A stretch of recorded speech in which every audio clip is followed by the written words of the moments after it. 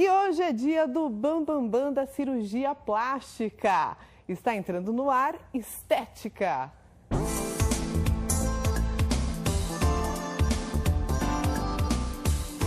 E é lógico que eu estou falando do Dr. Josias Caetano. Pode entrar, Dr. Josias. Bom dia! Bom dia, tudo bem? O nosso Bambam da cirurgia plástica. Obrigado. Tudo bem? Como sempre, elegantérrimo. Obrigado. Bom dia, sente-se, fique à vontade, Dr. Josias. Dr. Josias, que sempre estará aqui com a gente, tirando as nossas dúvidas a respeito de cirurgia plástica, que todo mundo vem aderindo aí. E, na realidade, é sempre bom estar a par, né, Dr. Sim. Josias? Quais são os informação, né? A Exatamente. informação é uma coisa importante, né? Vamos falar hoje sobre as próteses mamárias. Isso. Qual a idade mínima para colocar uma prótese de mama, Dr. Josias? Bom, Alessandra, a gente já falou alguma coisa assim, mas vai pelo bom senso, né? Tá. O certo seria você esperar o desenvolvimento completo da mama, da menina, da moça, né? Uhum. E aí você poder optar por colocar a prótese.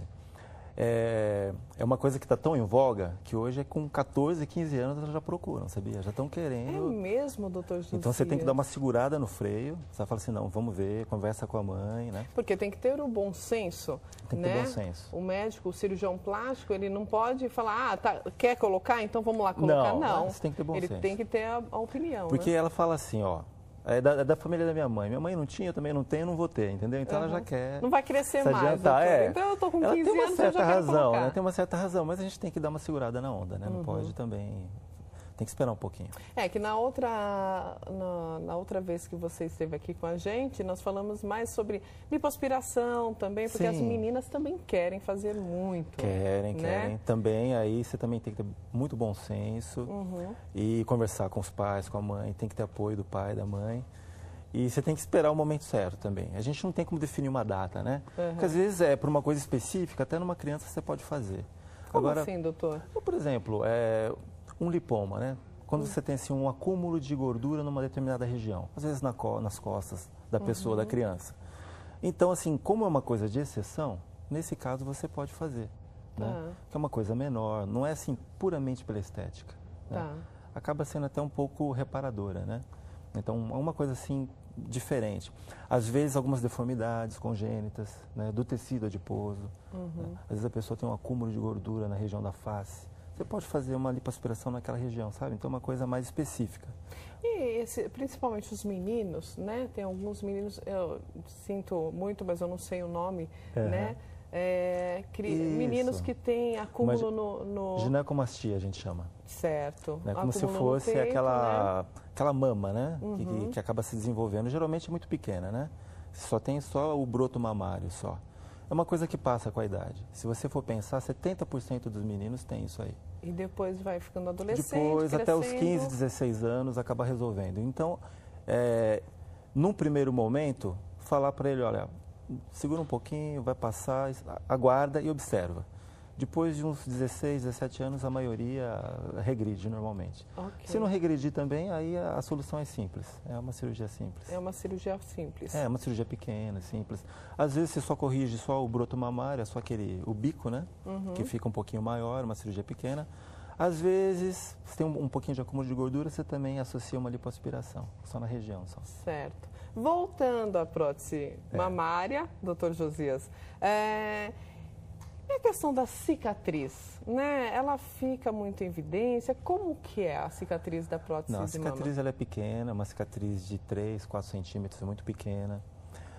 Você tem a opção, a pessoa que coloca a prótese tem a opção de escolher, né, por onde quer colocar a prótese. É claro que depende de caso para caso, né? Então depende também da prática do médico, né? Os nossos médicos brasileiros, eles são muito bons, vão saber indicar qual que é o caso, mas geralmente ou embaixo, no sulco mamário, embaixo da mama, né, na região inframamária, ou você faz pela areola, ou você pode fazer pela axila.